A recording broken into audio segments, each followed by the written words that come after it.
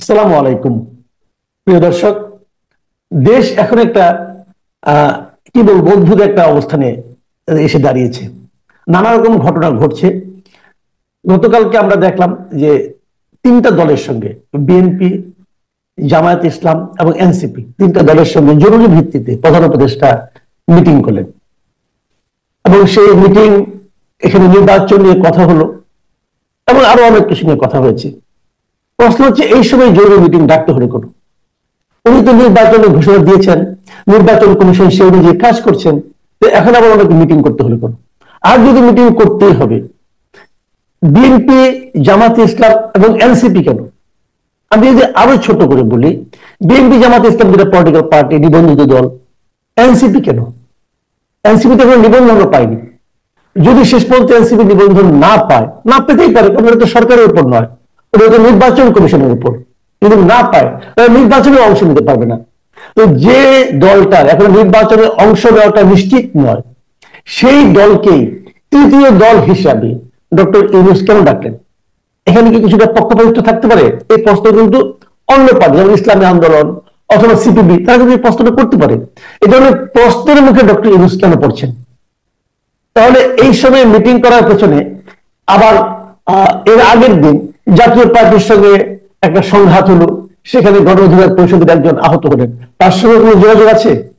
আবার এরই সঙ্গে আরেকটা ঘটনা ঘটছে, বিভিন্ন বিশ্ববিদ্যালয়গুলো যেমন উত্তাল হয়ে উঠেছে। চট্টগ্রাম বিশ্ববিদ্যালয়, বাংলাদেশ কৃষি বিশ্ববিদ্যালয়, রাজশাহী বিশ্ববিদ্যালয়, এগুলো আমরা দেখছি। এই যে সামগ্রিক পরিস্থিতি, এই পরিস্থিতি সম্পর্কে একটা ব্যাখ্যা, একটা আলোচনার জন্য আজ আমাদের সঙ্গে অতিথি হিসেবে আছেন অস্ট্রেলিয়া প্রবাসী সাংবাদিক ও কলামিস্ট জনাব অজয় দাশগুপ্ত। জনাব অজয় দাশগুপ্ত, আপনাকে আমাদের অনুষ্ঠানে স্বাগত জানাচ্ছি। আশা করি আপনি আমাকে শুনতে পাচ্ছেন। জি, আপনাদেরকেও প্রীতি ও শুভেচ্ছা। আপনি খুব কঠিন এবং সমসাময়িক কিছু বিষয় নিয়ে শুরু করেছেন। কঠিন এই কারণে যে এই মনস্তত্ত্বগুলো বোঝা কিন্তু আসলেই কঠিন। কিসের সাথে কি হচ্ছে, কার সাথে কে লিঙ্ক। আপনি যেটা, আমি শুরুতে একটা কথা বলি, আপনি বলেছেন যে এনসিপির দাপট ধরেন তারা নিবন্ধন পেয়েছে কি পায় নাই, সেটার চাইতে বড় কথা হচ্ছে এনসিপি উপদেষ্টাকেই বলেছে যে তোমার কিন্তু আমরা বসাইছি, তোমার এগুলো নিয়ে কথা বলার দরকার নাই, তুমি তোমার কাজ করো। অত্যন্ত শক্তিশালী উপদেষ্টাকে এরকম একটা বার্তা দিয়েছে একটা সদ্য গুম্ফ বাজানো একটা যুবক। হ্যাঁ, এই ধরনের বার্তা তারা দিতে পারে, এবং দিতে পারে এই কারণে, খেয়াল করবেন, কারণ তাদেরকে বসানো হয়েছে। এই বাক্যটা সে ব্যবহার করেছে যে তোমাকে। আমি আপনাকে মাঝখানে একটু সাপ্লিমেন্ট করি। আপনি মনে আছে নিশ্চয়ই কিছুদিন আগে এই চট্টগ্রাম বিশ্ববিদ্যালয়ের ভিসি কেও কিন্তু একজন স্টুডেন্ট যেটা বলেছিলেন যে স্যার, আপনি কিন্তু আপনার যোগ্যতায় আসেননি, আমরা আপনাকে বসিয়েছি। জি, সেটাই বলছি আপনাকে। যোগ্যদেরকে মবের শিকার হয়ে তাড়িয়ে অযোগ্যদেরকে বসানো হলে এই ধরনের কথা তো শুনতেই হবে। এবং আমার কাছে যেটা সবচেয়ে ভয়ঙ্কর, আপনি যেটা বললেন, সবচেয়ে ভয়ঙ্কর হচ্ছে মানুষের সাথে ছাত্রদের সংঘাত শুরু হয়েছে। খেয়াল করেন, ছাত্র বা ছাত্ররা আমধারী একাংশের সাথে জনগণের মারামারি শুরু হয়েছে। তো জনগণের সাথে কি ছাত্ররা পারবে? Number one. আর নাম্বার টু হচ্ছে, আপাতত বলশালী মনে হলো শেষ পর্যন্ত কিন্তু জনতাই জয়ী হবে। এটা 100% নিশ্চিত যে জনতাই জয়ী হবে। কারণ আমি যেটা বলতে চাই, আমি গত আলোচনাতে আপনার সাথে বলেছি যে দেশে লেখাপড়া বন্ধ হয়ে গেছে, পড়াশোনা বন্ধ। এই যে আপনি কৃষি বিশ্ববিদ্যালয়ের কথা বললেন, অনির্দিষ্টকালের জন্য বন্ধ করে দেওয়া হয়েছে। শিক্ষা, শিক্ষার যে অবমূল্যায়ন, শিক্ষার যে অধপতন, এগুলো নিয়ে তো কেউ চিন্তা করছে না। আচ্ছা, কেন চিন্তা করবে বলেন তো? আপনি যদি একটা স্ট্যান্ড করা ছেলে, ব্রিলিয়ান্ট ছেলে কিংবা মেধাবী ছেলেকে আপনি সামনে দেখতে পেতেন, আপনি তাকে অনুসরণ করতেন। আপনার সামনে এখন যারা এসে দাঁড়িয়েছে তারা কি প্রমাণ করেছে? যে কিছু করতে হবে না, তুমি এই করবে, ছদ্মবেশে এখানে ঢুকে থাকবে, ছদ্মবেশে ওইখানে ঢুকে থাকবে, সময় হলে বেরিয়ে এসে তুমি রাষ্ট্রীয় ক্ষমতা দখল করবে এবং বলতে পারবে যে আমি বসাইছি তোকে। উপাচার্যকে বলতেছে যে আমরা তোমাকে বসিয়েছি। উপদেষ্টাকে বলবেন, যে উপদেষ্টাকে বলেছে উনি কিন্তু আইনের শিক্ষক। এখন প্রশ্ন হচ্ছে, উনার আবার আকার নাই, উনি যে পাত্রে রাখে সেই পাত্রে ধারণ করে, তাই না? উনাকে নিয়ে সবচেয়ে মজা হচ্ছে সবাই কথা বলতে পারে, হায় আল্লাহ খালেদ আমি যে এখন কি করি, এটা বলে সবাই। এখন দেখেন, উনি যে শপথ করে এইটাও মানুষ বিশ্বাস করে না। এই ভদ্রলোক আসলেই, আমি আপনাকে অনেস্টলি বলছি, এই ভদ্রলোক আমাদের সভ্যতা এবং ভদ্রতার সব ব্যারোমিটার ভেঙে দিয়েছেন উনি। সব ভেঙে দিয়েছেন উনি। ভেঙে দিয়ে উনি নির্লজ্জ ভাবে, দেখেন, ছাত্রদের প্রথমে মনে হয়েছিল যে উনি নিয়ন্ত্রণ করবে। আপনি শুরুর দিকটা খেয়াল করেন, যখন ওরা ক্ষমতায় আসলো, যখন ভুটানের মতো হয়ে গেল এবং হাসিনা পালিয়ে গেলেন, তখন কিন্তু মনে হচ্ছিল যে ইনি বোধহয় পেছনে আছে, ইনি নিয়ন্ত্রণ করবেন। ইনি এখন তো ডক্টর ইউনূসই কাইল হয়ে গেছে। ডক্টর ইউনূস স্বয়ং কাইল হয়ে গেছে। আপনি দেখেন জোবরা গ্রাম, যেখান থেকে গ্রামীণ ব্যাংকের শুরু, তাই না? এবং চট্টগ্রাম বিশ্ববিদ্যালয়ে আমরা তো ওখানকার পড়াশোনা করেছি না, ওটা পাশের একটা গ্রামে এই ধরনের যে জনতার সাথে সংঘর্ষ, সেগুলি অতীতে অল্প আগে একটু একটু হতো, কিন্তু এইবার যে স্কেলে যেভাবে হচ্ছে, কারণ কি জানেন, আমার যেটা ধারণা, আমি যেটা দূর থেকে বুঝি, সেটা হচ্ছে আধিপত্য বিস্তারের চেষ্টা। ছেলেপেলেদের মাথায় একটা জিনিস ঢুকে গেছে যে মব মানেই আধিপত্য এবং আমি এটা পারবো। আপনি খেয়াল করেছেন ফজলুর রহমানের বাড়ির সামনে হ্যান্ডসেট নিয়ে একটা মেয়ে কিভাবে নির্লজ্জভাবে কথা বলছিল, কি অশ্লীল গালাগালি তারা করেছে।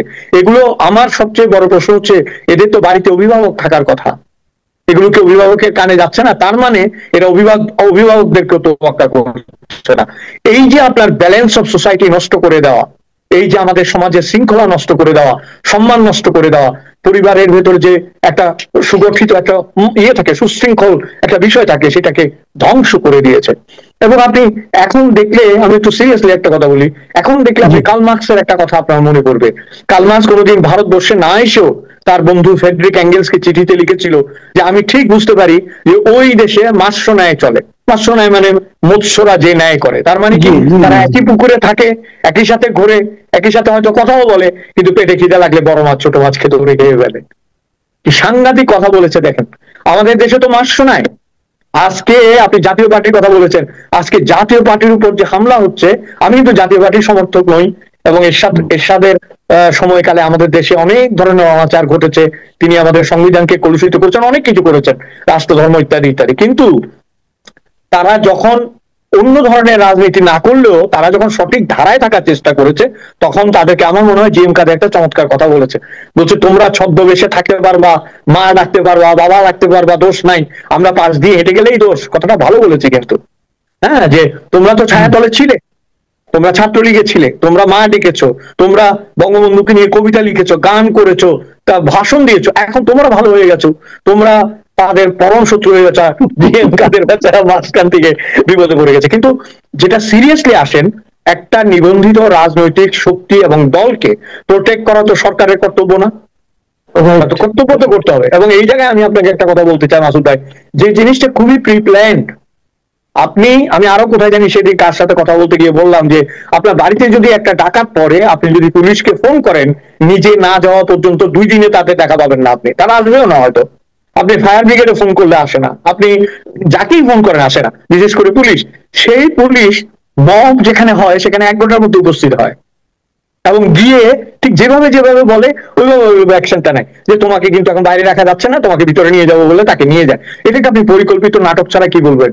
খুবই দুর্বল স্ক্রিপ্ট, কিন্তু একের পর এক স্ক্রিপ্টটা রেডি হয়ে বসে থাকে, শুধু অর্ডার আসে যে হ্যাঁ কাজ হয়ে গেছে, এখন যাও, যাই এইটা করো, এবং সেটা করে। পুলিশ তো ভানু বন্দ্যোপাধ্যায় যে বলেছিল যে রংধনু, সবকিছু ঠিক হয়ে গেলে পুলিশ উদিত হয়, মেঘ বৃষ্টি হয়ে গেলে পুলিশ উদিত হয়। আমাদের পুলিশ কিন্তু রংধনুর চাইতেও খারাপ। আপনি দেখেন পিচকারি রঙের মতো হয়েছে, বুঝছেন? ওইখান থেকে পিচকারি মারলে এখানে এসে রং ছিটায়।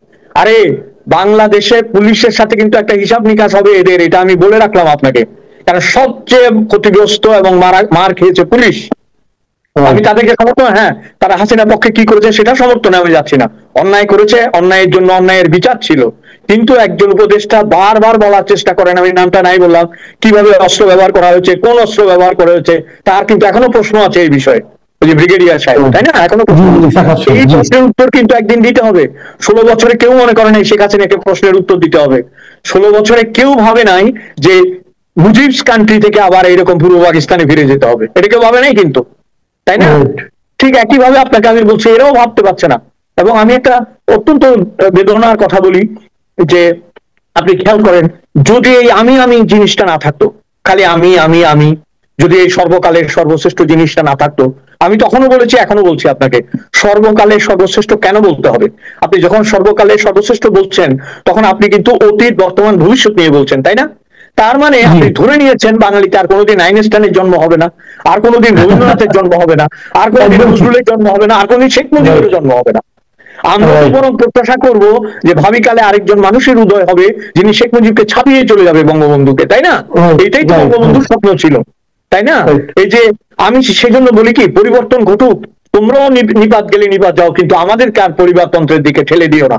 সকালে উঠে, বিকালে উঠে, দুপুরে উঠে পরিবারতন্ত্র। আমি একবার রাগ করে কিন্তু বলেছিলাম আপনার, ওইটা ভাইরাল করে দেওয়াতে আমি ভয় পেয়ে গেছিলাম। আমি বলছিলাম যে তাহলে ব্রিটেনের মতো হলেই হয়, কেউ ক্ষমতা চালাক, গণতন্ত্র চলুক, আর আপনারা রাজা রানী হয়ে থাকেন, আমরা বাসার সামনে গিয়ে সালাম করে আসবো। এখন তো বাসাও নাই, যে কোথায় গিয়ে সালাম করবো বলেন? হ্যাঁ, আচ্ছা, আপনি আপনি একটা কথা বললেন। আচ্ছা, আপনি একটা কথা বললেন যে এই সবকিছু পরিকল্পিত। তো আমি ধরে নিচ্ছি যে জাতীয় পার্টিকে কেন্দ্র করে গণ অধিকার পরিষদের মধ্যে যে মারামারিটা হলো, অথবা গণ অধিকার পরিষদের নেতাকে যে মারা হলো, আপনি হয়তো এদিকে ইঙ্গিত করেছেন। যদি এটা হয়ে থাকে তাহলে পরিকল্পনাটা কেন? কিসের পরিকল্পনা? কেবল মারার যে পরিকল্পনা না, এর পেছনে তো অন্য কারণ থাকতে পারে। কোন কারণে মারা হচ্ছে বলে আপনি দেখেন, এখন আওয়ামী লীগ আর জাতীয় পার্টি বা এই ধরনের শক্তিগুলি বা বাম শক্তিগুলি, তাদের আসলে কাউকে মারার ক্ষমতা এখন নাই। মারার ক্ষমতা নাই, এটা তাদের এখন মার খাওয়ার টাইম। হ্যাঁ, পৃথিবীতে what goes around that comes around. আগে মার দিয়েছো, এখন মার খেতে হবে। মার খাচ্ছে, অসুবিধা নাই, কিন্তু প্রশ্ন হচ্ছে এই মারটা আসলে কারা দিয়েছে, এটাও তো বিবেচনা করতে হবে। যে লাল শার্ট পরা একজন লোক, তার পরিচয় তো এখন উদ্ঘাটিত হয়নি, তাই না? হয়েছে, হয়েছে, সে পুলিশের কনস্টেবল। হ্যাঁ, সে পুলিশের কনস্টেবল। তো দেখেন বিপি নূরকে, এবং আমি জানি না একটা যে অডিও রেকর্ড ফাঁস হয়েছে এটা সত্য কিনা, বলছে যে মেরে ফাটাই দে, এত কথার দরকার কি, এরকম একটা অডিও কিন্তু শুনতে পেলাম। বলছে যে একজন এটা সত্যি কিনা আমরা জানি না, কিন্তু প্রশ্ন হচ্ছে আপনি যেটা খেয়াল করবেন, এই মারামারিটা পরিকল্পিত মারামারি। ওরাই বা কেন আপনার জাতীয় পার্টির অফিস বাড়িতে যাবে, আর এরাই বা কেন এদেরকে মারবে? এর কিন্তু একটা যোগসূত্র আছে, একটা লেলিয়ে দেওয়া যোগসূত্র আছে। এবং আপনি যে কথাটা ইম্পর্টেন্ট বলছেন যে জাতীয় পার্টিকে ভয় পাচ্ছে, আমার ধারণা ইলেকশন যদি হয়েই থাকে এবং জাতীয় পার্টি যদি দাঁড়ানোর সুযোগ পায়, they will cast many votes in favour of them. তাদের দিকে অনেক ভোট যাবে। বিশেষ করে আপনি সবসময় নেগেটিভ ভোটটা চিন্তা করবেন, যারা আওয়ামী লীগকে ভোট দিতে পারবে না, হ্যাঁ, কিংবা ওই ধরনের শক্তিকে যারা ভোট দিতে পারবে না, তারা যদি যায়ও তারা এদেরকেই চয়েস করবে, তাই না? কারণ শত্রু আমার বন্ধু, এই তো নিয়ম। এবং এই এককালে তাদেরকে পরিচর্যা করেছে, তাদের পালিত ছিল, গৃহপালিত ছিল, সেক্ষেত্রে দিতে পারে। এখন কোন হিসাব থেকে এটা করছে, কিন্তু যেটাই করছে, আমি মনে করি কি যেটাই করছে সবকিছুর পেছনে আমি একটা জিনিস দেখতে পাচ্ছি, বিচক্ষণতা নেই, রাজনৈতিক বিচক্ষণতা। এটা সম্ভবত কারণ এটাই যে যারা সরকার এবং যারা উপদেষ্টা এবং যারাই এটাকে নিয়ন্ত্রণ করছে, তাদের কারো রাজনৈতিক অভিজ্ঞতা কিন্তু নেই। আপনি বিশ্ববিদ্যালয়ে, আমরা তো সবসময় ঠাট্টা করে বলতাম, বিশ্ববিদ্যালয় বা শিক্ষক বা যে কোনো শিক্ষককে আপনি প্রথম 45 মিনিট বলতে দেবেন, 46 মিনিট থেকে দেখবেন তিনি থমকে যাচ্ছেন, কারণ 45 মিনিট বলাটা তার প্র্যাকটিস, বুঝছেন? যে কোনো বিষয়ে 45 মিনিট বলতে পারবেন। হ্যাঁ, 46 মিনিট থেকে আপনি লুপ হোল গুলো আবিষ্কার করতে পারবেন। এখন তো 46 দিন হয়ে গেছে, কাজে লুপ হোল গুলো বেরোতে শুরু করেছে, তাই না? রাজনৈতিক বিচক্ষণহীনতার অভাবে আমার মনে হয় লেজুকো বড় করে ফেলেছে, এখন আর কোনো আচ্ছাও তো দিতে পাই না। জি, অনেক ধন্যবাদ, অনেক ধন্যবাদ জনাব অভিভাবক। বিভিন্ন বিষয়ে আপনার সুচিন্তিত